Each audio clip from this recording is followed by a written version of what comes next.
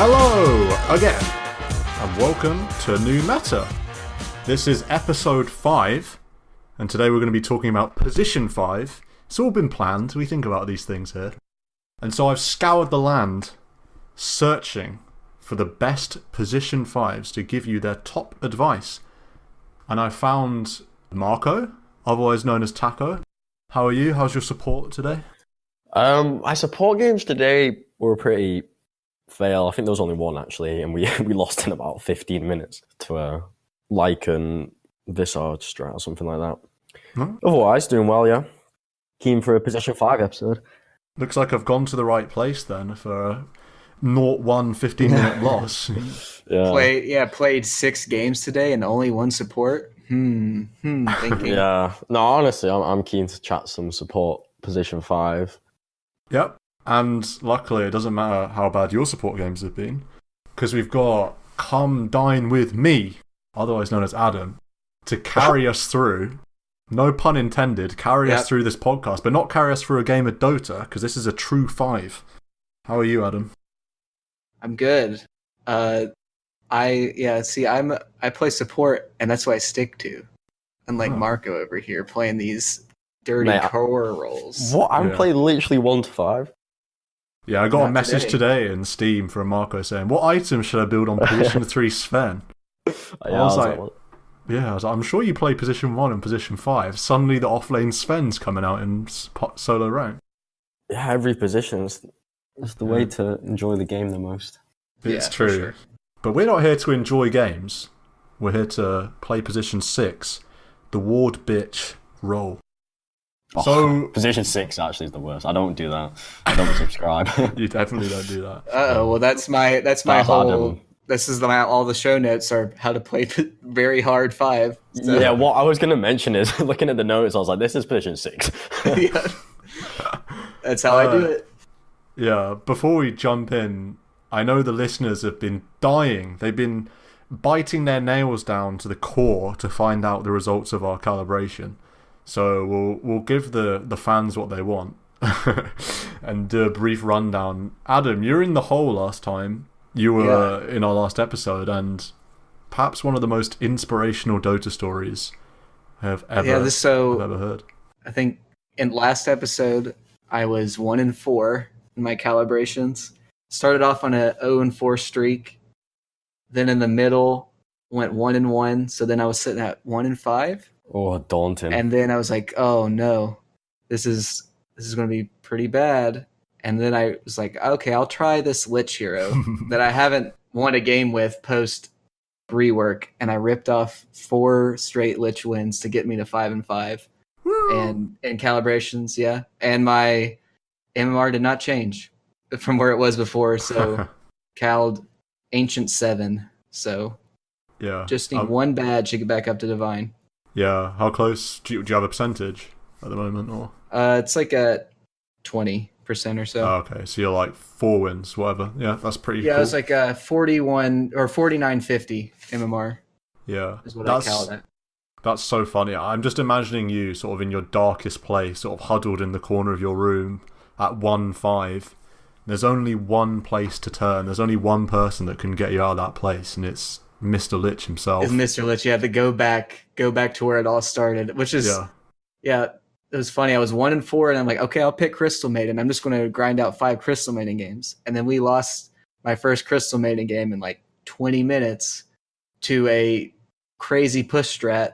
It was like, I remember I sent it to you guys in the group chain. I can't even remember what it was. Lycan, Shadow Shaman, Sven, support.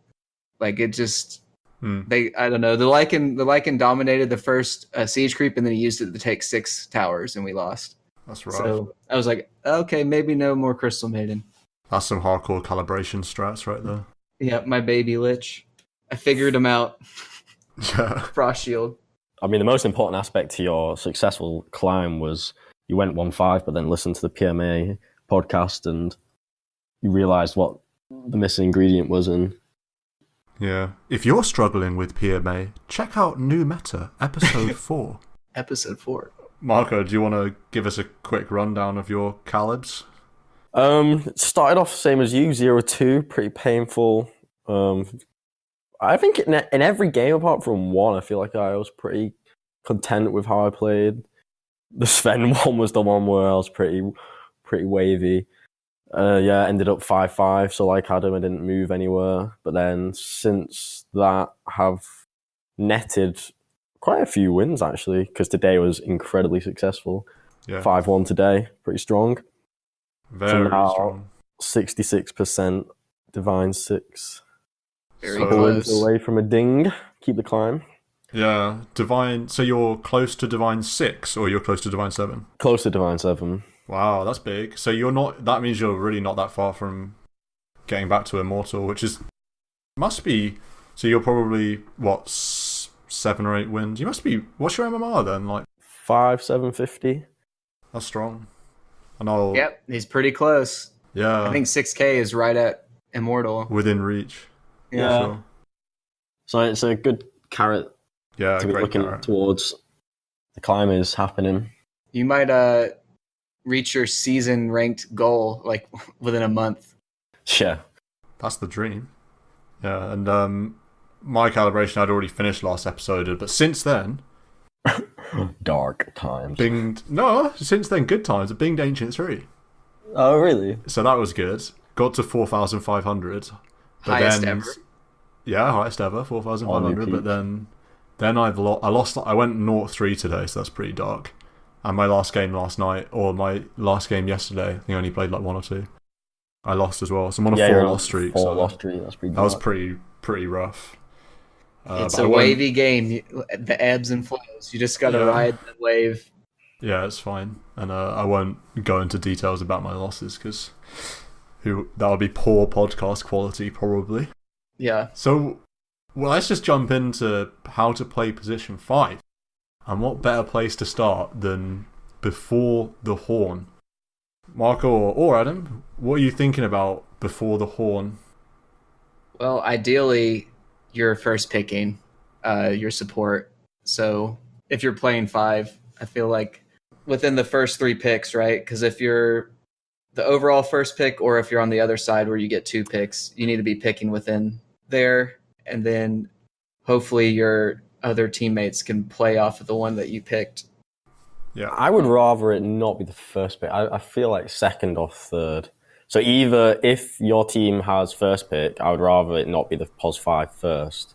I'd rather it be that you're second or third. Or if you're second pick, I'd rather it be in the first 2.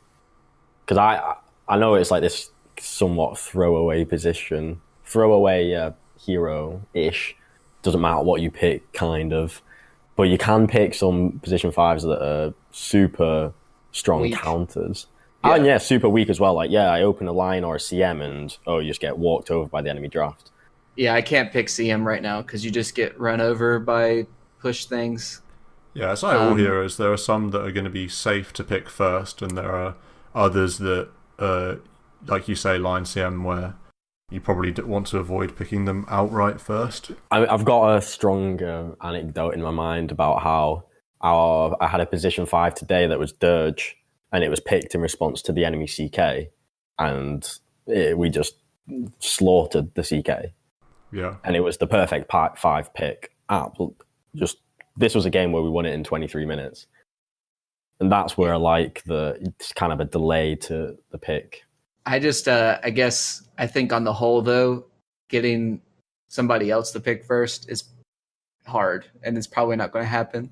Yeah. For the most part. I mean, I feel like if you're first overall pick, you really, the only other position that can get away with it is if they pick a really strong, like, offlaner.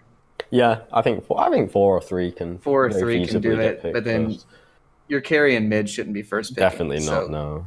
I mean, I just lead off with Lich right now, and it's like super strong. So. You can first pick Lich. Yeah, you can first pick Lich and just be okay. But so I guess that was a bit of a tangent. But within the first couple phases is when you need to be picking, and then you kind of see how your team lines up, and then the laning. Yeah. And that's where you start to think about, how am I going to, what's our lane's potential? Like, are we defensive?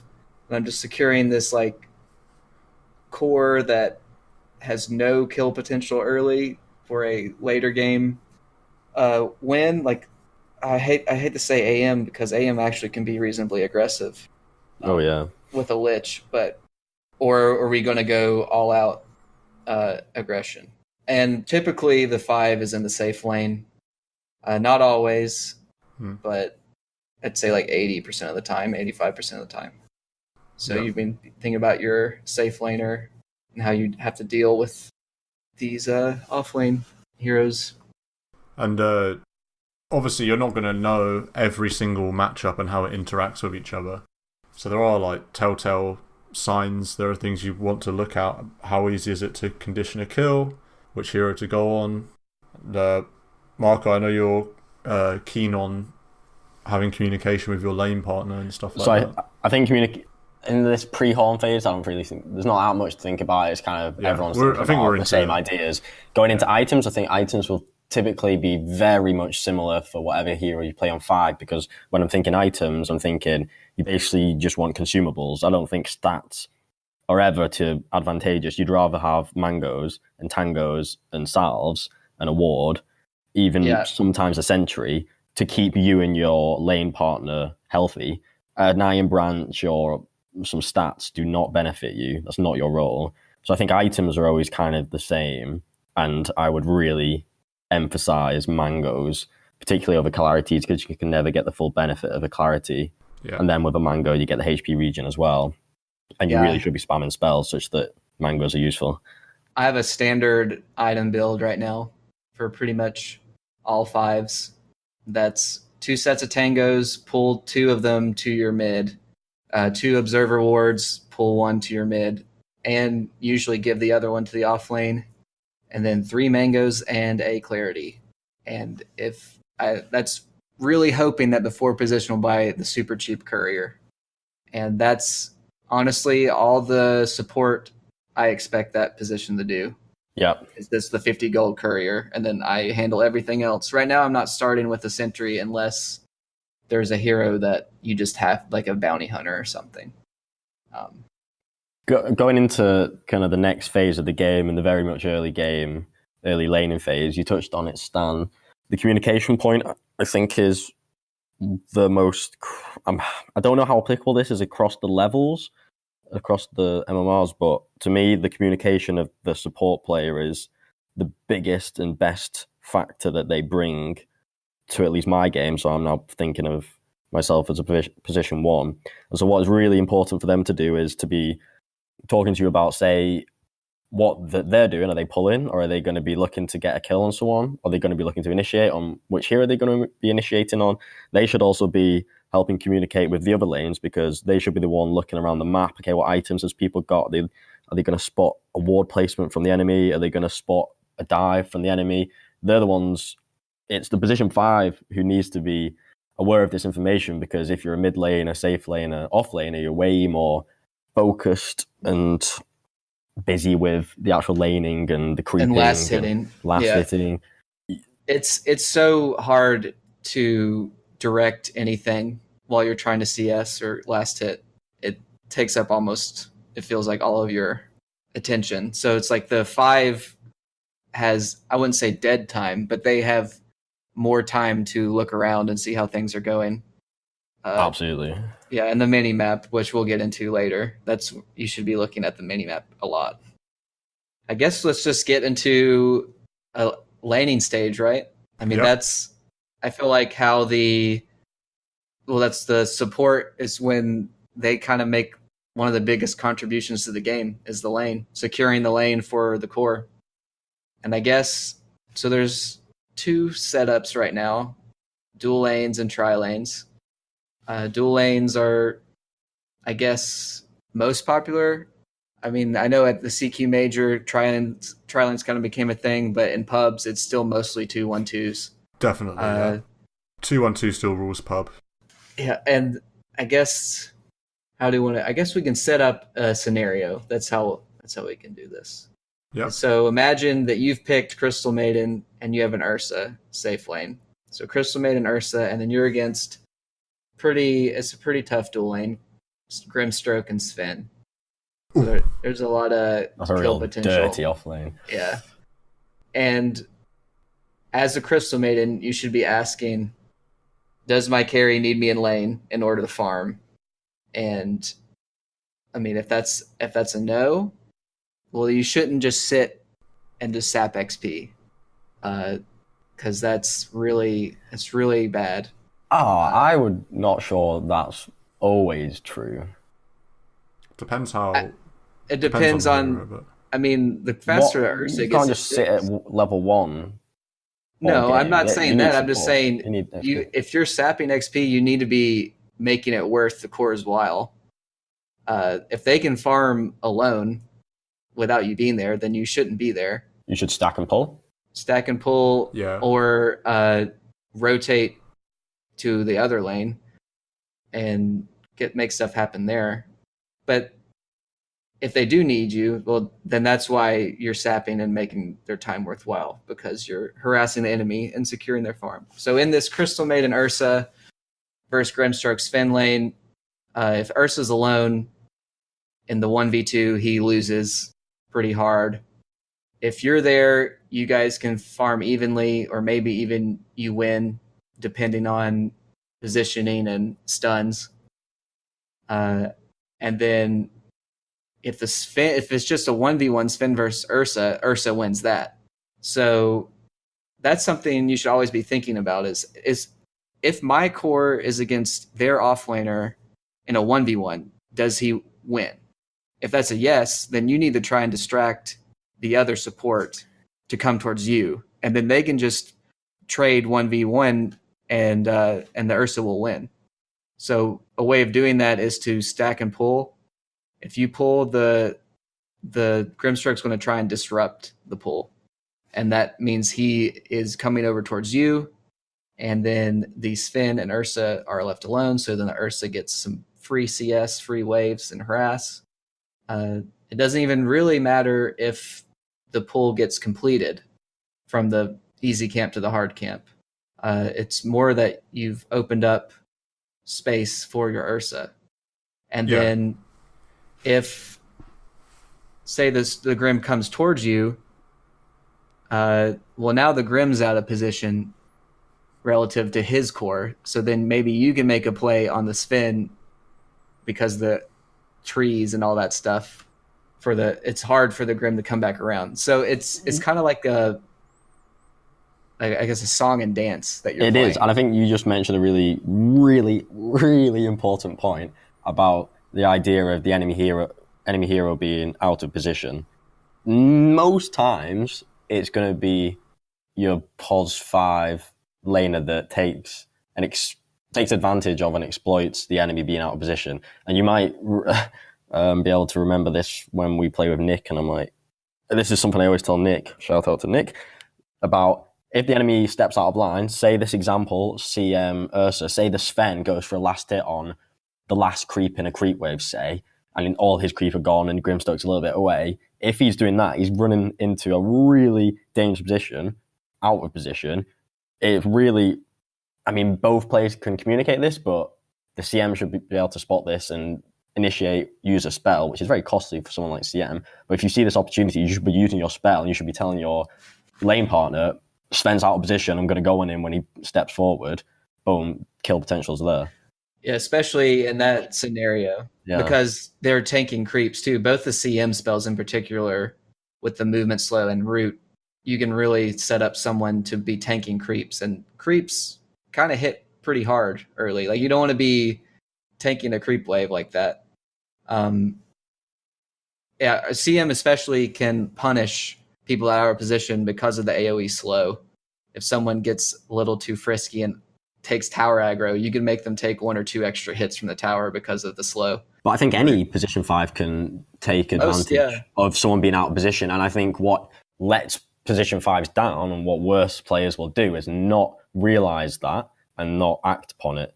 They might even realise it, but people aren't spell trigger happy enough. And even if you don't get a kill, it's still like a high expected value play. It's still a positive play because you're draining them of all their regen, and a lot of people don't ferry out second sets of regen. So then they're going to be stuck in lanes, like hitting creeps at half. They're going to be really timid.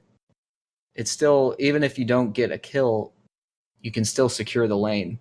Yeah.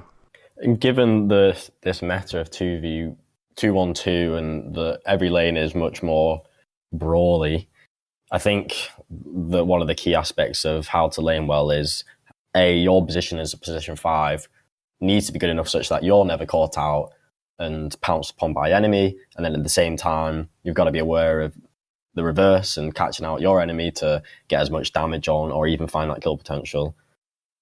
I would just say as well, when you're talking about how to lane, just to go back to what something else Adam said about pulling to pull the enemy support away from the lane to potentially condition a 1v1 for your carry.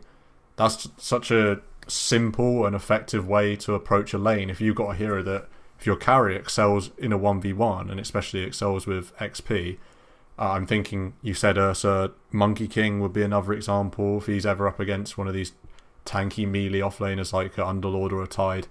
Even I'd say maybe like a Bloodseeker as well, really wants levels, is enabled by his levels. Then pulling to enable 1v1s and enable your carry to get XP to accelerate is like really good. Just to condition that 1v1 and anything you can do, like Adam said, pulling, not even to get XP or to improve your equilibrium, purely just to let your carry farm 1v1 is like quite a really simple tool to use.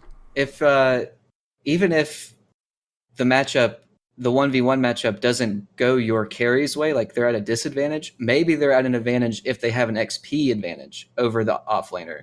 Right. So that's where the stacking and pulling, and you're not sapping the lane XP from your core, so they're actually ending up a level or two ahead, and then they can compete on that wave in the matchup is another way of doing it. Like if I have a safe lane drow, it hurts to take any XP from that.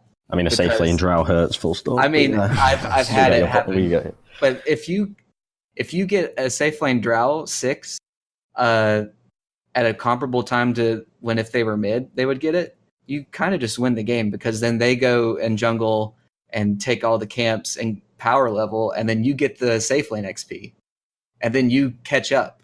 Like there's the thought process is that the support gets their XP later. Like they get the makeup later. They secure the lane, and then the core gets to rotate throughout the jungle or go to another lane and get a kill, and then you get to take the leftovers, right? Yeah. And then since you're so low level, you get your levels quicker, kind of. It's also worth mentioning, this is to an extent, it's not quite this simple, obviously, because it's Dota and nothing's this simple. It's more of a feel thing.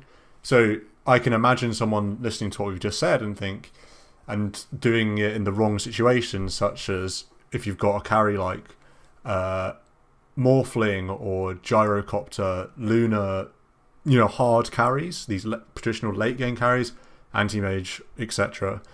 They're not as enabled by XP, they just want gold. And if you're leaving the lane to do pulls and things like this when it's not really necessary, again, that's a feel thing, then you're going to be hurting your carries game, because they need you there to CS, because they're a Gyrocopter, they're just going to get bullied out of lane, or etc. Yeah, there's a lot of feel into the position 5 for sure.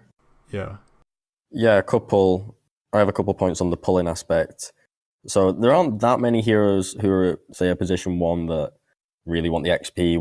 Another one I thought of is Slark, because he really wants his 6 to be able to farm. But anyway, on the pulling points, so a common mistake that is sometimes made is if the lane you're in is getting pushed really aggressively, that's not the time to pull. You need your creep there as a buffer. You need that as protection. If the enemy's shoving into you, you can't just leave your core with no creeps around him just open to be dived. That's not the time to pull. We want to pull often, not just for your own XP, but also to help gain equilibrium in the creep wave again.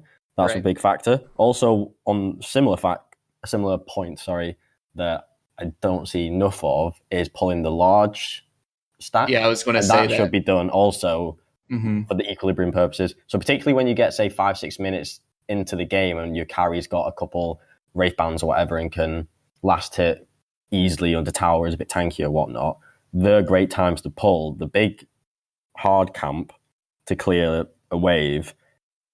A, because your carry can cope with it, and like you say, he's not vulnerable. B, it's helpful for you. And C, it also denies XP to the offlaner. And you can do that in Radiant and Dire safe lane. I'm talking the big camp in either. Yeah, as in just a straight pull from the big camp to the lane. Yeah. You need to be careful with that one, because often you will just gift the enemy. If you make that pull, and then suddenly the enemy creeps are going towards your tower, you're the carry or the support, all the off lane has to do is now walk to the hard camp, which is closer to its tower than the equilibrium point anyway. So then oftentimes you'll just gift them large creeps. See, it's a really difficult... You want to do that to get equilibrium. So if your creeper already at their tower, and he's occupied with that. I know, I understand. Yeah. So the equilibrium part is good, but you are oftentimes we will literally just gift your offlane a large camp. They're not going to, because you can't contest that CS. You can't contest the large camp. If it's not at their tower, I feel like the time to do that is when it's hitting their tower, but your wave is at their tower, then you're able to safely pull this hard camp. There's definitely times where you try and pull it, and then you accidentally get their creeps into it instead of yours. A lot of wonky things can happen with I just think personally it's an overrated pull from the large camp pull. One more point to that though is when I say that it's at a point in the game where the other laner is less vulnerable but more, say, sufficient and stronger, I think it's a good pull to do, because if you want to do it in the point when your position one guy is strong enough to have a bit of a scrap, so say if that offlaner does want to step his boundary and come to that hard camp, if you're, say, a guy with a stun like a Lyric or even anti-mage who can blink forward and harass, Wraith King, yeah, it's actually not optimal for the enemy offlaner to do that. It is another way of pulling people out of position. And I guess we'll just briefly say why creep equilibrium is so important, and it's why it's important to reset it, is if you keep the creep waves meeting outside of your safe lane tower, then the enemy off lane has to come so far forward to get XP and gold that you're able to kill them, basically, without fear of somebody TPing in, because it takes them so long to TP in and then walk all the way down to where the fight's happening. You're able to much more safely harass and kill your opponent if the waves meet close to your tower. And it's worth mentioning just a basic thing as well: standard pull and a standard pull through. Most common reason you want to do that is to get the equilibrium back in your carry's favor, because in low games the carry will push their lane all the time, which is bad. You don't want to push your lane, you want to keep it in the same spot that's favorable to you. At the moment the equilibrium spot is really, really close to the safe lane tower. It's really good. So basically your basic pull is not going to be to pull anyone out of position, really. It's just going to be to get the creep wave back in its equilibrium position, which is good for your carry to farm, which after all is the most important job of a position 5. Yeah. Another a final point I have on the very early game laning is a big point around the 5-minute bounty rune. That's maybe it's a large part of the carry's responsibility as well, because he or she has a large amount of control about where the creep waves are. But it's definitely something that the support should have very much etched in the mind, the 5-minute bounty. Are they going to be there in time? Are they going to have to, say, ninja the other team's bounty? Can you go with your carry to maybe to have a skirmish? Or that's probably unlikely. It's most likely is you've got to be ready and preempt that. And like you just mentioned, can you have a skirmish with your carry? That's a really important point. You should be thinking about the bounty rune. It's not pinging the time at 4:50 or whatever. It's thinking at 4:30, there are bounty runes in 30 seconds, and can we harass and get the enemies to a position where they can't contest? That's a really underrated thing to do. Or at 4:30 pushing the wave, pushing the wave up into their tower, so then you can just get the free bounties. That's another great one, yeah. Push the tower or harass them to a point where they're too low to contest. Because there's something to be said about if you push into the enemy tower fast enough, yes, you give them experience easy and gold, but the tower will kill the wave to where you can reset equilibrium that way too. If you push, maybe if you don't push like a double wave into the tower or something, but there are a couple different ways of resetting the equilibrium to your favor. So it's a big timing position, especially in the laning stage. And I guess that was dual lanes in a nutshell, but I have a couple other points just for laning in general before I guess we get the tri lanes. Yep. Is to don't blow all your mana without having regen, because otherwise you're basically useless. I mean, you're like a range creep a lot of the way. Like if you're crystal maiden, you're worse than a range creep, kind of. This is making the presumption that people cast spells. Yeah, well, I would say don't use your mana. I would say use your mana efficiently. Yeah. Just if you're crystal maiden, you get 3 crystal novas basically. That's why CM's a bit grim. Someone like Lion, very common, and most likely they are not using enough mana because now Impale mana cost, or a couple of patches ago, got buffed really nicely. Someone like Lion has freedom to cast a casual Impale for harass and right click. CM, doesn't. But Lion's is harass and right click because his doesn't really do any damage. It's like 75 or something. Whereas Crystal Nova's right clicks, 150 or 140. Yeah. And AoE. You can use it to stun to then prevent enemies from denying your range creep and CSing and stuff like that. It's definitely still a good skill, but I would say just don't like go down to the lane and then use all your spells and all you get out of it is like a set of tangos, right? Yeah. Because from the enemy having to regen and then you have no mana, okay, what do you provide your core then? Because they can click on you and see that you have nothing. So that's why I like triple mango clarity, because mangoes are great. Yeah. No, you're absolutely right. That's why having so many mangoes is great, because you say you're a range creep without your spells. So you need to be able to use your spells as much as possible, and you need mana to use them, so get mangoes. Yeah, and if you don't have the regen, don't sit around and wait for your passive 1.5 mana per second to get one more spell. Either bring out more or go back to Fountain. Like as a mid player, I'm going to say go back to Fountain, please. Yeah, Chick's very contested these days. Yeah, so you either, with the courier especially, you either bring out both you have to ask your carry if they need anything, and you bring out both of your items, or you walk back, or you die, and then you bring your things and your carry's things. That's an underrated thing, is to bring out your carry's items. Be like, hey, drop this in the base, I'll bring it out to you. That's like the super courier is what you end up doing. Yes. That happens every game at high level pubs. If your support dies or if your core dies, get your laning partner to drop all their items. I mean, that's something that one of the biggest cool tricks that I suppose you could say that you'll see all the time if you just go on some watch tab games, but it happens hardly ever lower down. Yeah, it's honestly insanely good. So you don't want to take the courier from mid just so you can bring out a Wraithband recipe. Like that's a feels bad. So if you can coordinate, I mean, you shouldn't really ever be wanting to die, but if you happen to die, it's a good way of bringing out some of those lesser. I mean, those are important items, those recipes and stuff, but it feels bad to bring them out. So you can bring them, and your carry will get them faster than if they brought the courier. So yeah, and we're a modern podcast here, so we're up with the times. Tri lanes, the back kind of, they're slowly seeping into pubs. I think I've had 1 or 2 tri lanes since 7.21. This tri lane notion, the way I see it coming up in games is it's not that. Well, actually, I was going to say it's not that games start out as a tri lane, but actually, the way I see it, or see it optimally, is often they will start as a tri lane, and maybe you try and get a kill with 3 of you, but then you switch to 2-on-2, then we do everything we've just spoke about.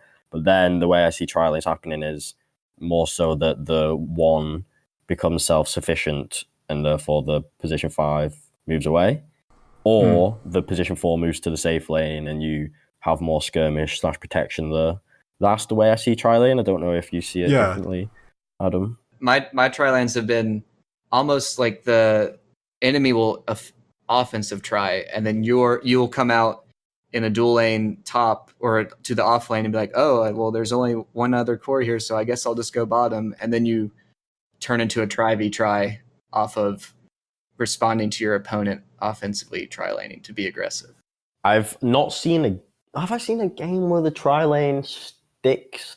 I honestly feel like I've only seen it once where, and this was bizarre, I don't know how this happened, but we had our Phoenix off lane solo against the Juggernauts. We just slaughtered him, and then our Earthshaker was top a lot, and the Pugner, some weird position 4 or something was top.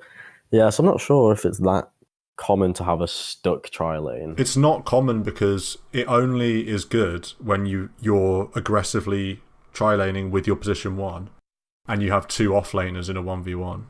Surely, yeah. I mean, I can't imagine ever you having a solo position 1 against an offlaner unless it's like some bizarre stomp matchup like Tide Monkey or something. But then why would the Tide team let that happen if there's just a solo Monkey? I mean, it seems like it would be running an aggro. This is the thing, us even having this discussion is a reason why tri lanes are going to slowly creep back in, because people have sort of forgotten why they're even there because they've been out of the meta for like so long. It's going to take a while for people to realise what you want out of a tri lane. There was that game at CQ Major with EG and maybe VG. Yeah, I think it was VG. And they both offensively tri-laned with their 1 position, and they both destroyed.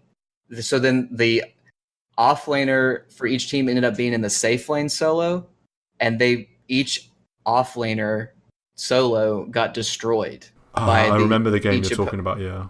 It was like a Beastmaster for one Beastmaster and a Doom, yeah. And S4 died like 7 times, I think, by 10 minutes. But he actually had more experience in gold than Yang, who was the the Beastmaster, I think. That game was crazy. I feel like, but like you said, most of the time it's your 1 position is being offensively tri-laned, and I guess a tri-v-tri, and then the offlaners are having their 1v1 is typical. But getting into the actual tri-lane itself, tri-lanes are something that I haven't been around very often lately, but it's a thing where you should be, as a support, you should be with your other support.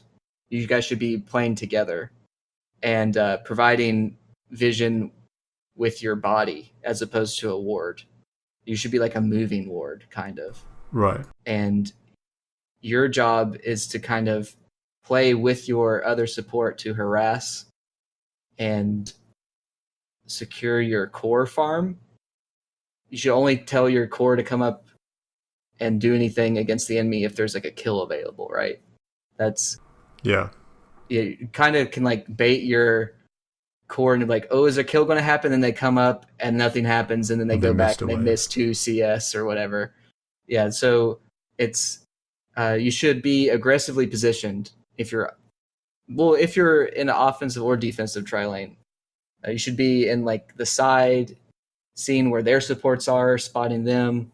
Yeah, positioning is one of the most important aspects of. I mean, obviously it's applicable to any role, but particularly position 5, who's not getting the CS and is kind of, like we've said, has more free time, free thinking time or whatnot. Positioning is so critical. A, to not get caught out. B, to try and catch out the enemy. But also, well, and then another aspect would be the map awareness. As a position 5, you or the position 4 are going to be the ones looking to TP rotate. Or you or the position 4 will be the one who's looking to walk across the map, say to the mid lane, for a gank. So in that aspect, you're the kind of most mobile heroes in the early game. So map awareness and positioning are super, super critical. Yeah, right. And I suppose we should probably move on from laning. Yeah. But just Marco, you mentioned the formation of the laning is often when you've secured the lane in your dual lane for your carry and you move off. That's obviously, I think, worth spending a couple of minutes on. At what point do you consider the lane secured? I think, for me, I would think you've got your safe lane carry probably 2 levels on the off lane if you've completely zoned him or something, and importantly, those 2 levels enable your core position 1 to get free farm from the lane without you having to be there, and at that point you can leave. So either zoning from XP or just killing, stuff like that. What would you say about at what point would you consider a lane secured? So typically, I mean, it's when the one role can be self-sufficient and not get out bullied and can secure basically every last hit. If your position 1 is struggling to last hit and is maybe even getting harassed a little bit too much, that's definitely not a situation where you should be leaving the lane. Only maybe if there's some, say, huge dive elsewhere, could it be worthwhile, cost benefit to leave? But otherwise, it's only when your position 1 is really comfortable getting all the last hits. Even then, I mean, maybe this is because I'm a position 1 and I like to have a support on hand for kind of kill potential or to make me feel safe. Even then, if the lane's going really well, if there are 2 enemy heroes still there, I think you've got a lot of reasons to stay because you want to capitalize on what advantage you have. Like if you have this XP or gold advantage from the lane going well, whatnot, capitalize on that by getting more kills. You can get to the points when you're not super tower diving, but aggressively diving for kills.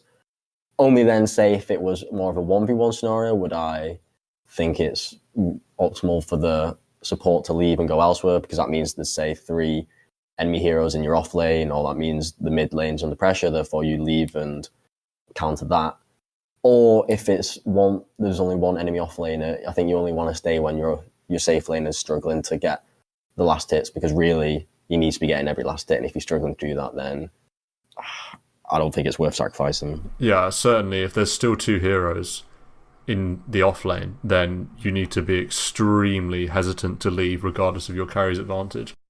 You know, like you say, unless there's some crazy dive, don't be liberal with your TP to other lanes. 1, because you've then got to walk all the way back to your core. Sure, maybe you get a kill on the mid that's diving, but you've got to think about whether that's worth it when you've got to walk all the way back. Your TP is going to be on cooldown for like 70 seconds, and it's that whole time you're walking back, your carry's under pressure, and you're probably coming back to the lane with half your mana gone because you've cast spells to get a kill or whatever. So you've got to be so careful using early game TPs, or else you can just snowball lose a lane. Honestly, games can be lost if you make say 2 wrong TPs in a row. Definitely, if you don't get anything out of it, say, and so you say you don't get kills, and then you've wasted an awful lot of time, you've wasted a lot of resources. Honestly, I feel like I've played, maybe this is more relevant for position 4, but you can honestly really screw up early games by misusing TPs. Yeah. I think things that maybe I forgot to touch on is that it's better to harass from the trees and to not show yourself. Like, use the lack of vision by your enemy to get off good harass, either from casting spells or trading auto attacks. There's plenty of trees to hide in, and supports generally have pretty high range, so you can throw out an auto and then like duck back in and they can't see you to retaliate.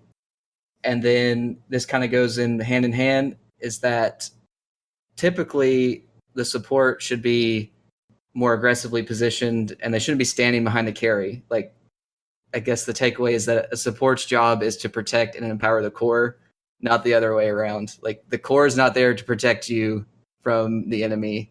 You're there to protect them. So I guess, yeah, that's a big takeaway. Yeah. Do we want to talk about items or mid-games, or where do we want to go now, do you think?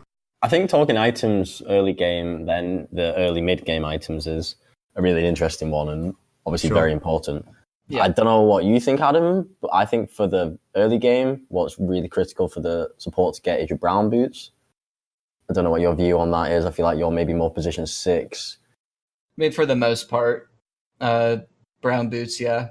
Not like a rush or anything. You might need to buy the second set of wards at 5 minutes or something, or bring out more regen. I've definitely been bringing out second sets of regen, either for my core or for myself. But brown boots is the first big item for a support for sure. That's not a consumable. Yeah, brown boots and stick is the other one that can obviously matchup specific, but in some matchups, stick is incredibly good. Yeah, stick is, I think, in terms of getting it early, it's always good to have, particularly in the mid game when skirmishes are going on, etc. But for the early game investment, I think it's very much matchup specific, and it has to be really good value. Yep. Although we were just talking about tri lanes as a good point for a tri lane. Stick's always going to do well in a tri lane. Stick's better than boots in a tri lane for sure. Yeah. Or a stick in against a bristleback, or something, someone that rider, spams. Bristle. Yeah. You definitely want that ahead of boots. Position 4 Zeus, lol. Not wand. Yep. Not as a support. Not a wand. Yeah. If you ever need the extra charges from your wand, then you're not casting enough spells. That's 250 gold that could be on wards or dust or something to get a kill. Yeah, a recipe in 2 branches. And I think you actually never come back for the wand, probably. I think when I see support item progression in pro games and high-level pubs and stuff, they will never come back for the wand. They'll get the stick, and then they'll go, whatever it is, Tranquils or Arcanes, and then Glimmer, Force, whatever, earn. They'll progress their items throughout without ever coming back for the wand. So it's just, it's something to think about. The wand is not something you need, just like you say. Yeah, a wand, I guess the build up besides the stick, the 250, that's a raindrop. Honestly, a stick with a raindrop is way more value than a wand. Definitely. Completed wand. So don't fall into the wand trap. It's also consumables, like you can salve your safe laner, salve your mid laner, even give mango. Sharing mangoes is probably not done enough. Say if you've got heroes like Jug or CK, Wraith King, guys with big spells, big important spells, but low mana pools. Honestly, if you can help them out with a mango, that could be another kill enabled. For sure. So, but then it's interesting. Well, go ahead. Well, go on, Stan. What are you saying? Well, I was going to move it on. I was going to say, one thing you've taught me, or one thing that you're always harking on about in our party games is don't TP out to the lane. Do you want to express your hatred for the lane TP? So I think I'm sure I've picked this up from watching pro/high level games, and I think it makes sense. I obviously I don't know if this is right or wrong, but the idea is that if you TP to a lane, you've got TP on cooldown for, I don't know how long, 90 seconds? 75 seconds. And what have you achieved by TPing out to the lane? Okay, you're getting CS maybe 30 seconds earlier than you would have otherwise by walking. Oh, but now you don't have the potential to TP rotate in the next 75, 60 seconds. That can be detrimental. Yeah, 80 seconds on TP. Your TPs as a position 5 or 4 even, they're going to be used not to go to a lane to get the creep that are there and free and available. You're further down the gold chain. You're not the guy prioritized getting the creep, so you don't have that urgency to get to a lane to farm the creep, to farm the neutrals or whatever. What you need to use your TP for is TP rotations, or even you might even use it to save yourself. That can be a scenario, but most commonly and most importantly, it would be to rotate, to support, save, or help kill in a lane. So don't go wasting it to get to a lane 30 seconds earlier so that you can sit behind your carry in this passive laning phase or whatever. Yeah, but this is firmly in the mid game section of the conversation now. In the early laning, obviously that's a different story. You just want to get back to your lane, but like mid game, like you say, your role has changed now, and now that TP is incredibly high value for counter ganks and rotations and things like this. Yeah, it kind of just depends on the equilibrium. Even like in early game, if the wave's at my tower, I probably don't need to TP out to the lane to secure the carry's farm. All I'm doing is like sapping XP at that point. The TP is like one of the most important tools that a support has. So don't just use it just to TP out. It's like Marco said, you're not going to get the gold anyways. You're not last hitting. So what are you really doing by TPing out other than sapping some XP? if the enemy's good, they see you TP in and they're like, okay, you can rotate on the other 2 lanes now because Crystal Maiden can't counter gank or Lich can't TP in and throw out a shield or something. Honestly, a general point is being aware of the enemy team's TP usage. If you're aware that you see, say someone's just respawned, you notice they've just respawned, and then you notice they're at their own tier 1 a few seconds later, okay, they've TP'd there, okay, they can't help TP rotate support this guy who's in my lane, I know I've got that freedom to pounce. That's like a really key way to identify opportunities. Definitely, and that's just a general game thing. It's that's such a general game thing. It's one of those things that's said in Dota probably throughout from 1k up is like, oh, well, at least we forced a TP, like, oh, forced a TP. And it's too often an empty statement. It's just something you throw out, but then you don't use that advantage. If you, like Marco said, it's keeping track of enemy TPs, that's so useful for knowing how aggressive you can be and knowing that certain heroes can't be in certain locations for such a long time. Just makes map control and making plays really, makes it so much easier, and that information is so valuable. And to be honest, understanding TPs is a quick way to bump your win rate a significant amount. Yeah, and it's something also that you can never be good enough at in a pub setting. There's something you can always be improving at is basically just knowledge of hero locations where they can be and stuff like that. It comes back to map awareness, which is, like we've said, one of the aspects of the game that the position 5 really should take more responsibility for. Definitely. That's one of the strongest things about 5, is it? And then you've got to then communicate that to your team, and communication, again, is also a massive one for the position 5. We talked about 5 minutes as an important time for runes. How about 10 minutes? Tome. Adam, strong opinions on the tome. Oh, the tome. I thought you were going to say, yeah, okay, Stan, every 5 minutes for runes. I was going to say, the tome. You're saying 10 minutes because we can go for the what do they call them? Power-up runes now? The real runes? The 6-minute rune. What a time to be alive. All bounty runes, a power rune, and the Tome of Knowledge comes online. Yeah. Oh. Okay, well, I'll go first with this. Yeah. Because I wrote the tome, like, absolutely not. That's not for you. That's for the other. You're 2 position 6. But yeah. Well, I'm not saying you buy it and give it to somebody else. I say you let somebody else buy it for themselves, unless, I mean, I guess there's some 5 positions that want that level 6 really bad. Like, see, and when I like Shadow Shaman and Lion, I don't even consider those 5 positions. I consider those 4s. So if you're playing those as a 5, it's already like not optimal. I feel like. I agree. I don't know. Lion can be a 5. It's so greedy. It's so weak, though. I don't know. Yeah, Shaman's greedy one. I feel like a support can be totally effective at level 7, even like 18, 20 minutes in the game. Like, you don't need the tome that bad.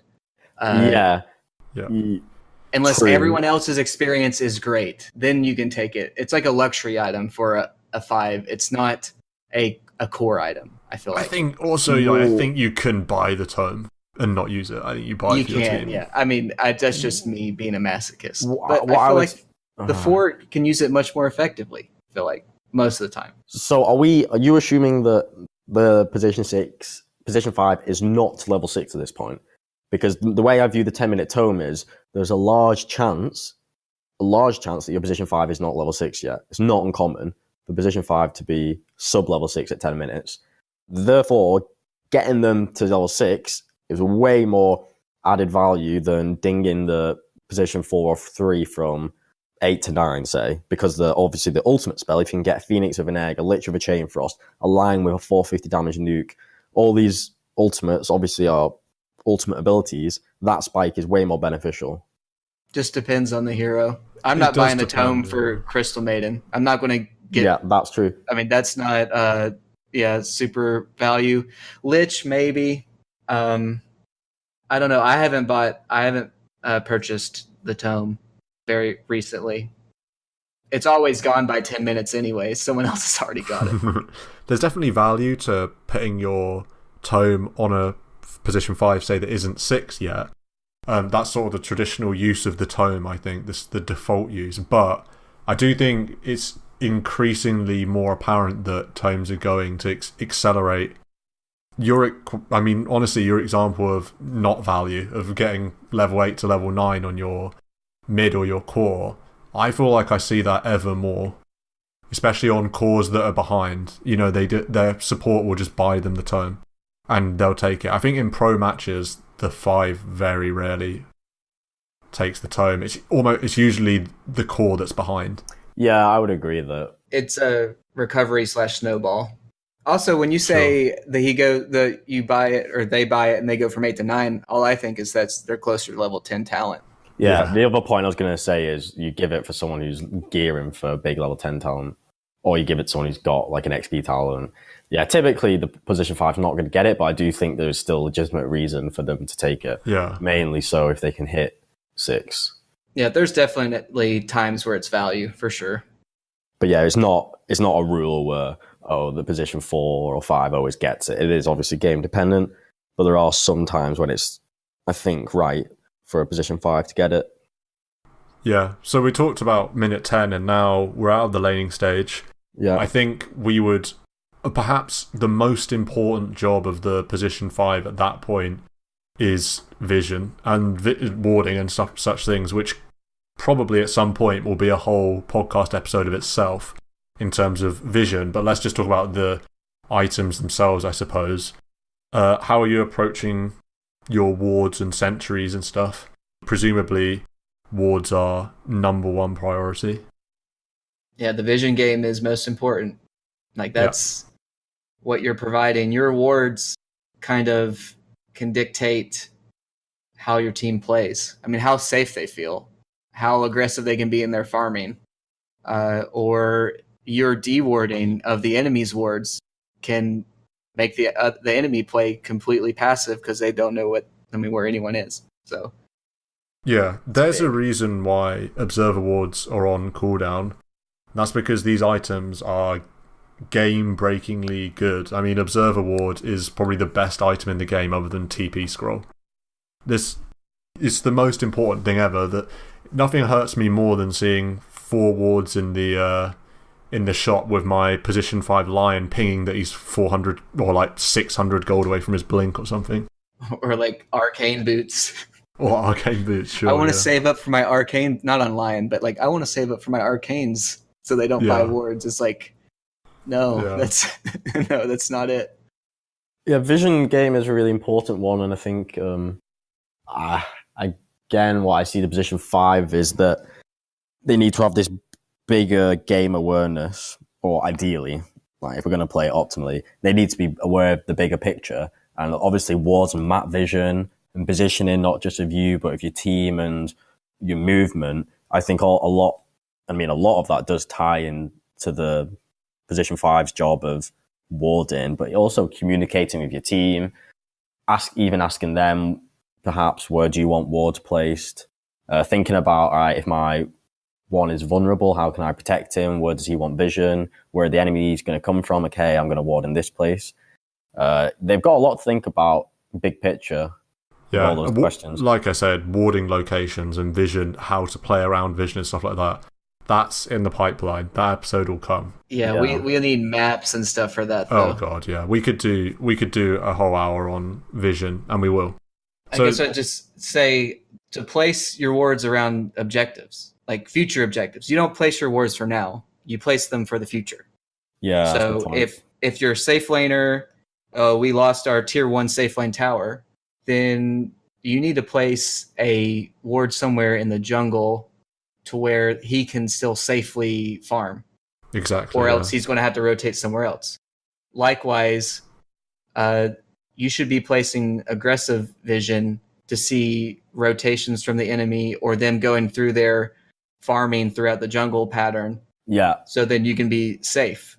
A really common one is exactly that, and particularly, say you've got a hero like Medusa or Terrorblade or Luna or even Dro, where say these guys are going to be wanting to farm Ancients, or they're going to be wanting to farm like a triangle of neutral camps, bang a ward right there, preemptively, So then it helps you and your team know, okay, they're farming in this position, and let's go for this gank opportunity.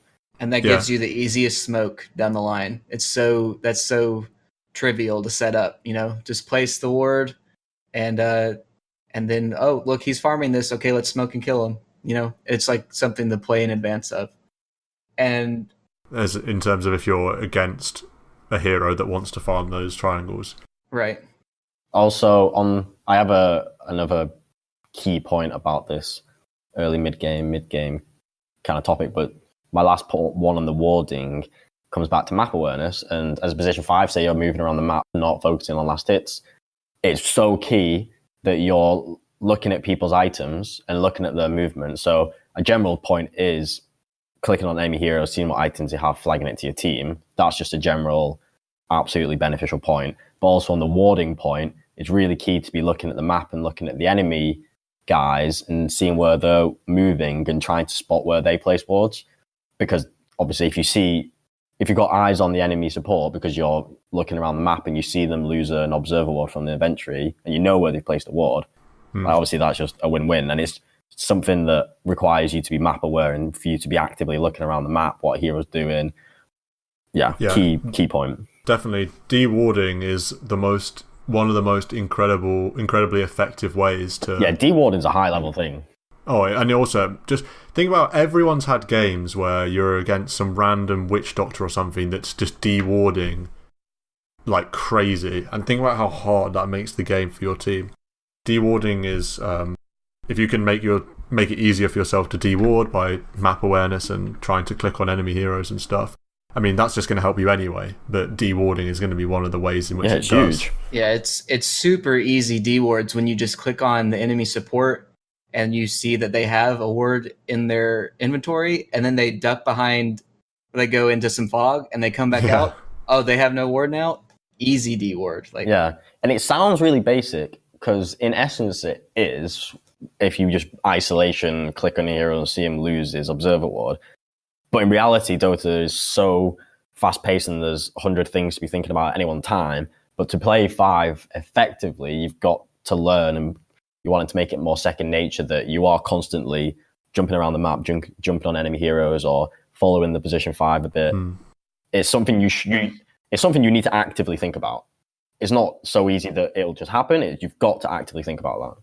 Yeah, the earnest is on you because you're the position 5 and you're the one that isn't having to concentrate on, farm rotations and hitting creeps and stuff. So it's easy to fall into a lull or like a mental passive thinking. And absolutely, if you do active thinking, you can really have your effect on the game. I think a lot of people think that the 5 can't win the game on their own, or they can't have this huge overarching impact on the game. And it's because they aren't actively thinking about what I can do in this moment. Oh, is it 52 seconds? I can stack this camp. Or, oh, I can look at the mini map right now and I can click around on people's items. Or I see them rotate here. I can place a sword here, as opposed to just sitting behind their carry. Honestly, that's such a true point that people could become sluggish and don't think. Literally, because position 5, you're not engaging in creeping or getting these fancy kills or whatever. But like you say, there is so much value to be had if you actually think about the game and what you should be doing next and what would be optimal. Another one to your examples is predicting the enemy movement. So say you've got a 1 roll, you need to have the thought in your head, like, okay, is this guy vulnerable to a gank? Are people gonna say look for a gank on him? Do I need to go position myself nearby him in a defensive manner such that I'm ready for this attack? Or maybe you're thinking, oh, we should actually use, say this Beastmaster's got his Vlads, we should get that tier 1 tower. I can go make that push with them and secure it. Or you might be thinking, where's the next gank gonna happen? Where's the next fight gonna happen? There's actually so much that you can preempt and be proactive about as position 5. Look at professional Dota. It's not a coincidence that all the captains are position 5s. Yeah, because they're in the best position to have a captaining role and do all the things that you've just gone over. And then you need to communicate that to your team as well. Of course. If you want to play position 5 effectively, which we assume we do. I have another. If you have anything else to say about wards, there's another big mid-game aspect. I have a couple quick things about vision. I know that we'll hit more specific wards in the future, but I want to say that river wards are kind of dead after the laning stage unless you are setting up Roche vision. I know a lot of people, maybe at the lower ranks, you can look at a ward map and it's just the rivers. Like everyone sees the entire river. They just put them like at the obvious spots, and it's like those aren't particularly value. I mean, the mid ward at the beginning in the laning is huge value, and maybe in the mid game one later. But outside of Roche and setting up for objectives that way, I feel like river wards are kind of a trap. And then one item that we haven't mentioned that is very vision heavy is dust. And dust. If the enemy has, obviously they have an invis hero, but if they build, you should be clicking on people and see if they're building Shadow Amulet, like Shadow Blade or Glimmer Cape. Losing out on a kill because you don't have dust feels really bad. And I know it's like really expensive. It's like 180 gold, but if that gets you a kill, well, they're 90 each really, but if they pay for themselves so many times over in the XP and gold you get, because a lot of the time you're killing a core. Usually a core is going invis for some reason or another. Yes. So killing them because you have a dust preemptively is huge. Like, and if they have an invoker on the other team, buy a dust. Just have it, because you're going to put your team at ease. And there's nothing that feels worse than you miss out on a kill and then the core on your team is like, why don't we have any dust? I know everybody else can buy it too, but you should be the first one buying it. You should be the first one. Yeah. I feel like dust is a 3 through 5 item for the most part, or your initiator plus your supports. Yeah. Whoever's going to be in there needs to have the dust. And yeah, I guess that's my TED talk. Thanks for listening. I'm just going to say 3 words. Sentries are good, and I'm not even going to elaborate because I can't be bored. Sentries are really good, and they've got lots of range, and you can cover your jungle with them. And if you duration too. Yeah. So buy more sentries. Honestly, I think buy more sentries and just use them, and you'll be better. Don't even need to tell you how to use them. You'll work it out for yourself. Mainly because I don't know how to use them, but I'm just saying buy more. If you put a sentry on the ground, since they last so long, you'll be walking back around 5 minutes later and like, oh, there's a ward here, and you just get to kill it. Like they just last so long, you don't even have to be necessarily good with them. Yeah, so I'd say we've got about probably 10 minutes at a push. It's already a longer episode, but I don't mind because we've got a lot to talk about. Do you want to talk about? Just go ahead. Take us to a new place. Well, the point I wanted to make about position 5 that I think often is a weakness of lower MMR players is that they don't identify and achieve good enough gold XP. I see it quite often, mostly in party games, but even just in watching like other people's games, that the position 5s, and this is position 5 as opposed to you're forced into position 6 kind of game, is that they've not found enough gold XP. And that is a huge, in my eyes, absolutely huge factor, and particularly in the mid game when, say, you've got people farming woods more or on the map finding kills more, you're not always going to be involved in that gank on an enemy hero or that tower push. You're obviously not going to be sat, say, next to your position 1 who's in the woods. If there's free creep, I mean, actually going back to Adam's point about forward thinking, you should be thinking, where is there going to be free creep for free gold and XP? Because when you've got, say, 1,000 net worth, obviously that's extreme, but only a couple thousand net worth, every creep wave is such a big difference. That's like a 10% increase in net worth if you can find it. And also the XP gives you stats, gives you the better spells. It's kind of hard to say how do you do this, but I think it's just a point that position 5s need to be more proactive about and think about more and prioritize as well, I think, because like you say, you can play position 5 very mindlessly. You might think your role is to go sit behind a pos 1 or your mid, or to buy wards, and I mean, wards is always good, but you might spend too much time dilly-daddling because you're not proactively thinking about what's best. I think what you often lose out on massively is your gold XP.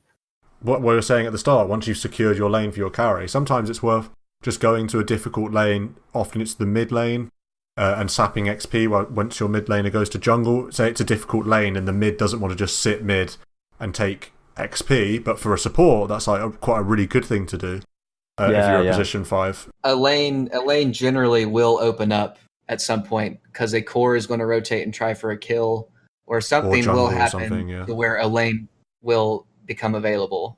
And you're obviously the position 5, so you're the 5th hero. You want to be taking this golden XP, but this isn't pro Dota. I know Fly or Notel or whatever, it's gonna be 40 minutes into a game and they're gonna have brown boots stick and like earn or something. But that's because at the pro level, there's no resources on the map that get wasted. In your pubs, there's going to be so much golden XP like going to waste. So even on position 5, you should be thinking about these things. And if your position 1 through 4 isn't taking golden XP or can't get there for some reason, then you should think about whether it's worth it for you to get there. And like Marco says, a lot of good supports would take that opportunity. Yeah, honestly, I swear I see it so much that there's a support that does not have right to have that little gold XP. Also, when you're moving more into, say, the mid game and you get higher levels, using your spells to farm neutrals is something that's probably not done enough. But also B, the shove waves ideology. If you're a support in a wave, don't be scared to use a spell to kill it faster. You then get the map benefits of pushing the creep waves out, shove waves.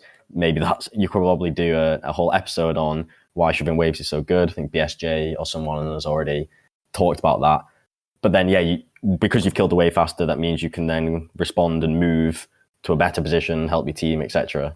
And also, if you're a squishy position 5, you don't want to be spending too much time showing in lane by yourself, or you're going to be respawning in the fountain in 20 seconds. Yeah, you don't want to be idle 20 seconds waiting to last hit creep. You want to be quick as you can, nuke it down, get the bloody last hits, don't miss them, and then move maybe to a camp, move maybe to set up positioning, blah, blah, blah. Yeah, there's lots of heroes that can take neutral camps as you're walking through the jungle from one lane to the other. You can take a neutral camp pretty without much mana investment. I mean, of course, Crystal Maiden can take the big camps easy with Frostbite, but even heroes like Witch Doctor, the Cask is so good against jungle camps. Yeah, when you get level 4 spell, they are strong enough. I mean, it's just gold that's sitting there, and you're not taking it from anyone because it's going to respawn in less than a minute anyway. So this is a dead time evaluation thing. You've already clicked on all your enemy heroes and your heroes, and you've evaluated that it is in this instant worth my time to hit this jungle camp, because often it won't be. You don't want to jungle position 5, but so it's just worth bearing in mind. It's all these small things that add up as a position 5, because like I've said, your net worth is so small that any gold is relatively really big. So it's all these small bits that add up. Firstly, don't miss the last hit. Secondly, identify where there are creep that you are able to take. Say the mid lane has gone off ganking, or the safe laners taking some stacks in the woods. All right, that's your time. You identify that's going to happen. You then get ready to take those creep. Also, shoving waves is great. That you can even increase your farm by shoving waves, because then you go to the woods or you get the next wave and then go elsewhere. All these little bits add up and make a huge difference for gold starved supports. Just as a closing discussion, probably my favourite item in the game, Smoke of Deceit. That is unbelievable item. Yeah, what's a Smoke of Deceit? I don't know. I don't see them. I only see a 3 next to them in the shop. Yeah. I guess the biggest takeaway for the smokes, I mean, as a 5K player, I don't even really know how to use them, if I'm being honest, but I buy them and I use them anyways. So you should buy them. Some people might not know, but you can only have 3 in stock at a time. And you start off with 3, and they replenish every now and again. And if you don't buy them, you lose them forever. It's only ever going to stay at 3 max in stock. So at least buy 1 so that you can have access to them later, more of them. Yeah, and you said about not knowing how to use them, but to be honest with you, at any level, Smoke is such a game-winning item. I mean, we've already talked at length about how the 5's job is the vision, and the Smoke bypasses all the vision. The Smoke can you can use it as a solo smoke to get up very aggressive wards, or you can use it to fight around a ward that you've placed earlier for a team fight. We just talked about warding to secure your carry's farm, so they have information on heroes approaching. Just smoke straight through, and then you can get a high-value takedown. So yeah, smoke, buy them. I think it's not really a position 5 point, it's just a position 5 point. To the extent of buying them, it's a position 5 point, but then it's like a team thing of how you use Also, anyone can buy them too. I mean, it's 80. Oh, I always buy smokes. Yeah. I just love the item so much. Anyone I can always buy them, buy smokes. But it's like dust. These kind of utility consumables, the support is usually the one that is expected to carry them. They have the slots, and also you say it's not necessarily a position 5 thing, but the way I see it is that say you're not just doing some one-man gank or one-man smoke warding mission, they can be very much team macro gameplay of, guys, we need to make some smoke play, or we need to do this invasion of the woods to get a kill and then a rush. That kind of movement often is going to come from the position 5, because again, they should be the guy who's more big picture aware, and you can orchestrate that. You can tell your team, let's go smoke. Like, you're the one concerned about vision, so then you know how you place the vision, you kind of know, it all kind of builds on top. Exactly. A position 5 played optimally not only buys the smokes, but also is in the best position to use them effectively. Yeah, exactly what you just said.